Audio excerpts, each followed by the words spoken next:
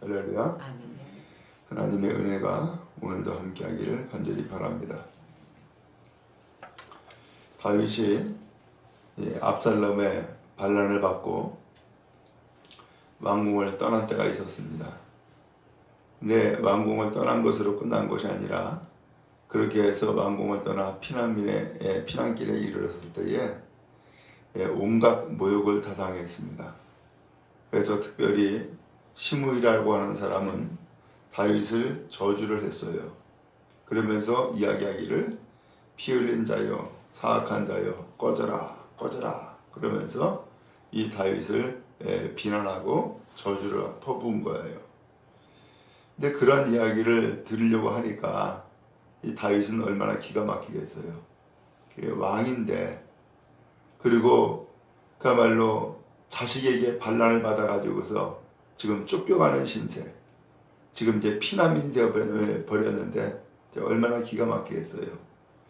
그럼에도 불구하고 이 다윗은 여전히 왕권으로서의 권위를 가지고 있어요. 그런데 그런 이야기를 들으니까 이 다윗이 참 기가 막혔을 텐데, 이러한 상황을 놓고서는 다윗이 하나님 앞에 기도했던 내용이에요. 그리고 이것이 바로 오늘 노래를 부르는 노래로 승화가 되어진 거예요. 1절에 이렇게 이야기합니다. 내가 말하기를 나의 행위를 조심하여 내 혀로 범죄하지 아니하리니 악인이 내 앞에 있을 때에 내가 내 입에 사과를 먹으리라 하였도다.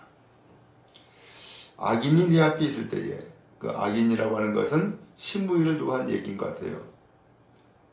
그러면서 온갖 저주를 퍼부었는데 그때에 이 다윗이 말할 수 있죠. 혼을 낼 수가 있죠. 그 다음에 그를 처벌할 수가 있다고요. 그런데 다윗은 하는 얘기가 나의 행위를 조심하여 내 혀로 범죄하지 아니하리니 그랬어요. 입 조심하겠다는 거예요. 내 혀로 죄짓지 않겠다는 거예요. 그러면서 내 입에 재갈을 먹이리라 라고 이야기를 했어요. 참 이게 쉬운 일은 아니었을 텐데 다윗이 그렇게 자기 입에 재갈을 먹인 거예요. 하긴 뭐라 그러겠어요. 그게 저주를 퍼붓는 사람에게 그야말로 혼을 낼 수도 있고 또 그러기야말로 처벌할 수도 있었을 텐데, 이 다윗이 내 입에 내 혀로 범죄하지 않겠다, 말로 죄를 짓지 않겠다라고 하면서 입에 재갈을 물리겠다라고 하는 것은 왜 이런 이야기를 했을까? 왜 이런 다짐을 했을까? 거기에 중요한 의미가 담겨져 있어요. 먼저 9절에 보니까 이렇게 표현합니다. 내가 잠잠하고 입을 열지 아니함은 주께서 일을 행하신 까닭이니이다. 누가 한 일이라고요? 하나님이 행하신 일이다. 그래서 이 다윗은 피난길에 올랐고, 그래서 이렇게 온갖 저주를 퍼붓는 사람에게도 입을 딱 닫고 잠잠했던 거예요. 왜? 하나님이 하신 일이니까. 오늘 여러분, 이게 참 중요한 고백입니다. 이것이 만약에 사람이 행한 일이다 라고 한다 그러면은 반역한 압살롬 살려둘 수 없죠. 그 다음에 저주를 퍼부은 시므온 살려둘 수 없어요. 그건 그야말로 단칼에 해결을 해버려야 될 문제가 돼버려요. 근데 아니 어떻게 이 다윗이 그렇게 통치 업적을 오랫동안 가지고 있고 그 다음에 큰 군사를 가지고 있고 그러면서 지금까지 싸우면서 한 번도 패배한 적이 없는 그런 용맹스러운 그야말로 다윗이었는데, 어떻게 아들이 반란을 일으켰다 해가지고서는 거기에 저항도 안 하고 그냥 자리 내주고서 나왔냔 말이에요. 이유가 뭐예요? 하나님이 하신 일이다 라고 하는 고백이 그에게 먼저 있었기 때문이에요.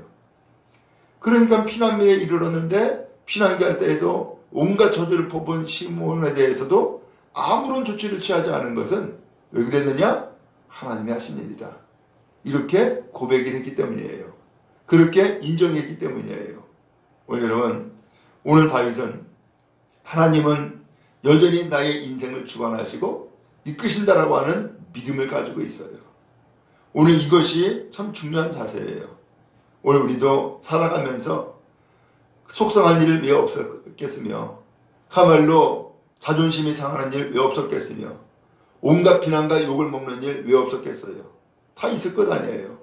그럼에도 불구하고 우리가 여기까지 왔고 참고 견딜 수 있었던 것은 하나님이 나의 인생을 주관하신다라고 하는 믿음 때문 아닙니까? 그 믿음 하나 때문에 여기까지 온 것 아니겠어요? 오늘 그런 의미에서 이 다윗이 침묵한 것은 하나님이 하신 일인데 내가 내 입으로 그야말로 욕을 하거나 혹은 비난하거나 또한 저주했다고 똑같이 저주했다거나 이렇게 해서 내 혀로 죄를 짓지 않겠다라고 하는 굳센 다짐이 그에게 있었기 때문에 침묵했던 거죠. 여러분, 하나님이 오늘 우리의 인생을 다스리시고 주관하시는 줄로 믿습니다.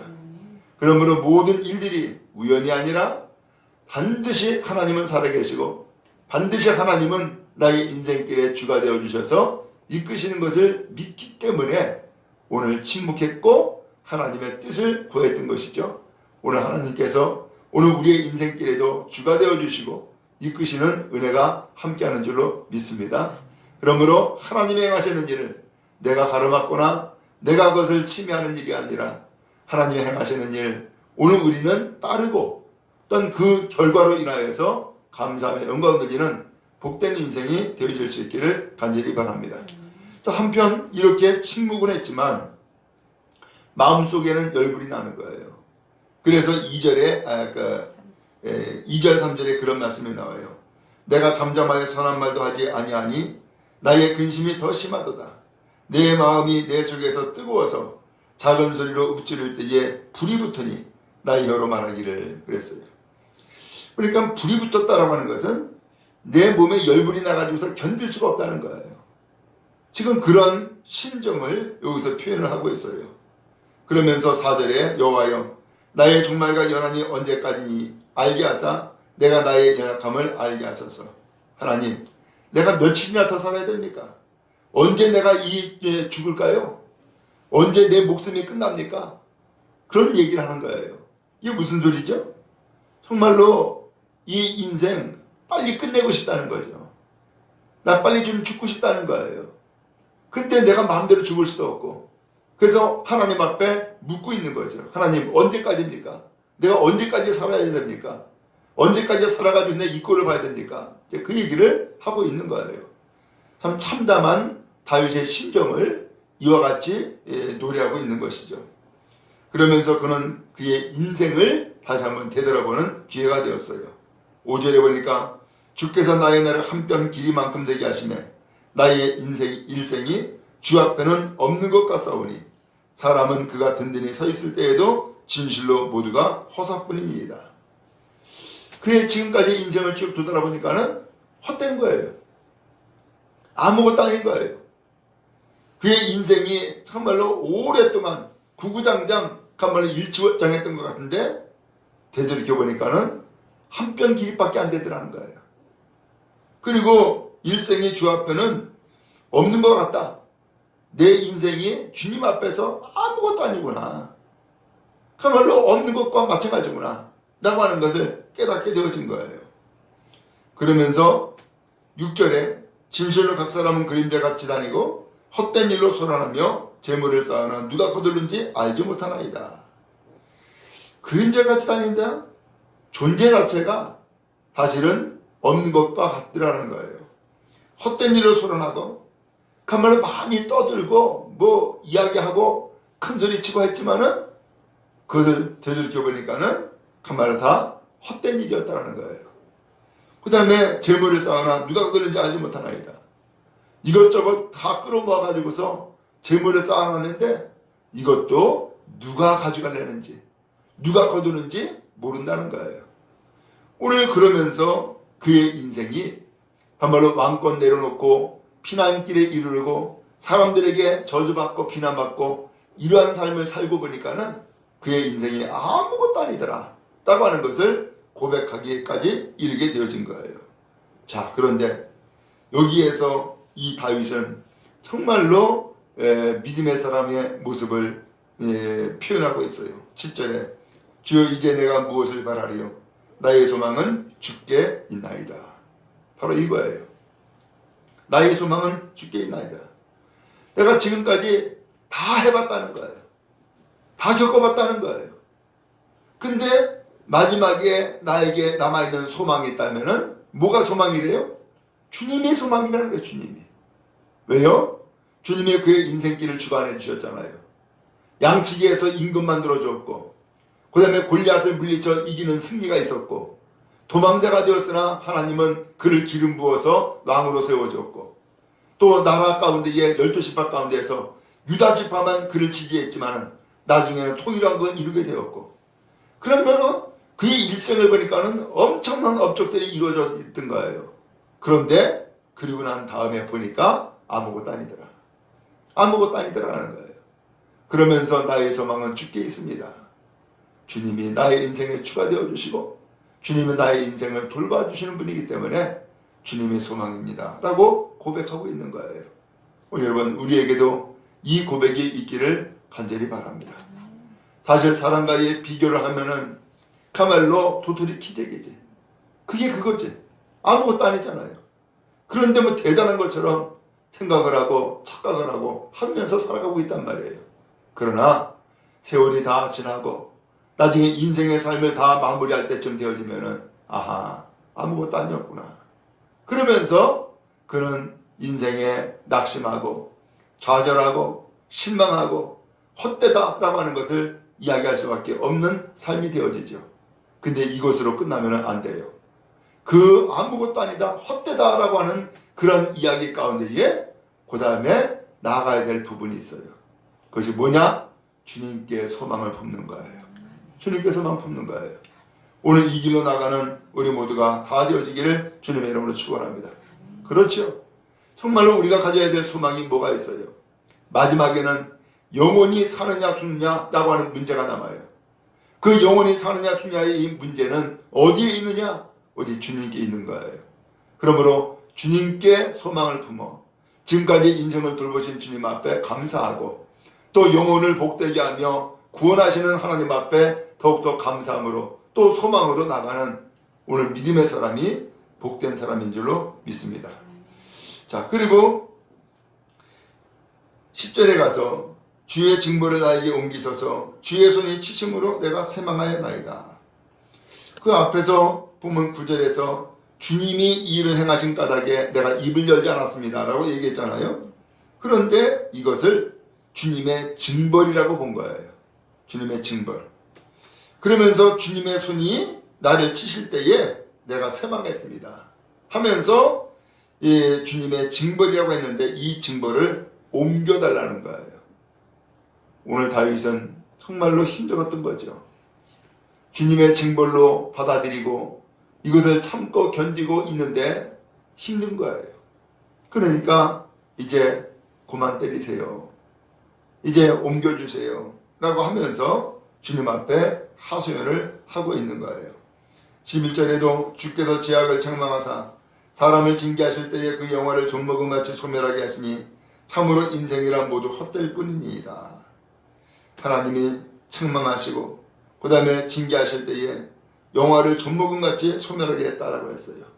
지금까지 누렸던 온갖 영화 마치 존먹듯이 다 사라지고 소멸되더라는 거예요. 그리고 헛되다라고 하는 것을 깨달아 알게 되어진 거예요. 또 12절에 가서 여호와여 나의 기도를 들으시며 나의 부르짖음에 귀를 기울이소서 내가 눈물을 흘릴 때에 잠잠하지 마옵소서 나는 주와 함께 있는 나그네이며 나의 모든 조상들처럼 떠나나이다. 지금 이제 이 다윗은 나그네가 됐어요. 떠돌이가 됐어요. 그러면서 조상과 똑같았다는 거예요. 그런 가운데서 이 다윗은 계속해서 부르짖고 있어요. 누구에게? 주님에게. 계속해서 부르짖으면서 이제 이 징벌을 옮겨달라고.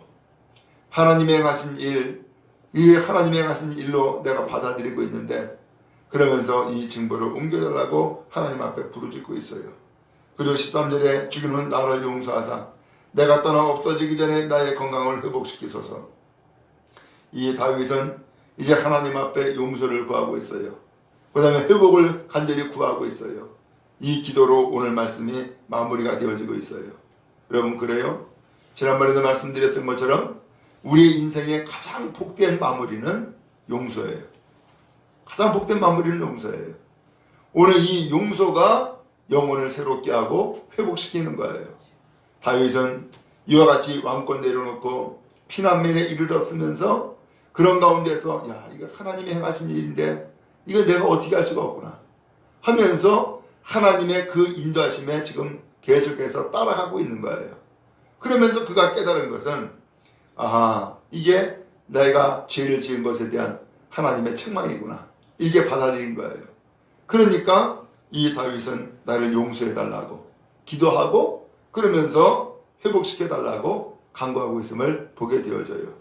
여러분 그런 의미에서 오늘 우리의 죄를 용서하시고 회복하는 것도 하나님이 행하시는 일인 줄로 믿습니다.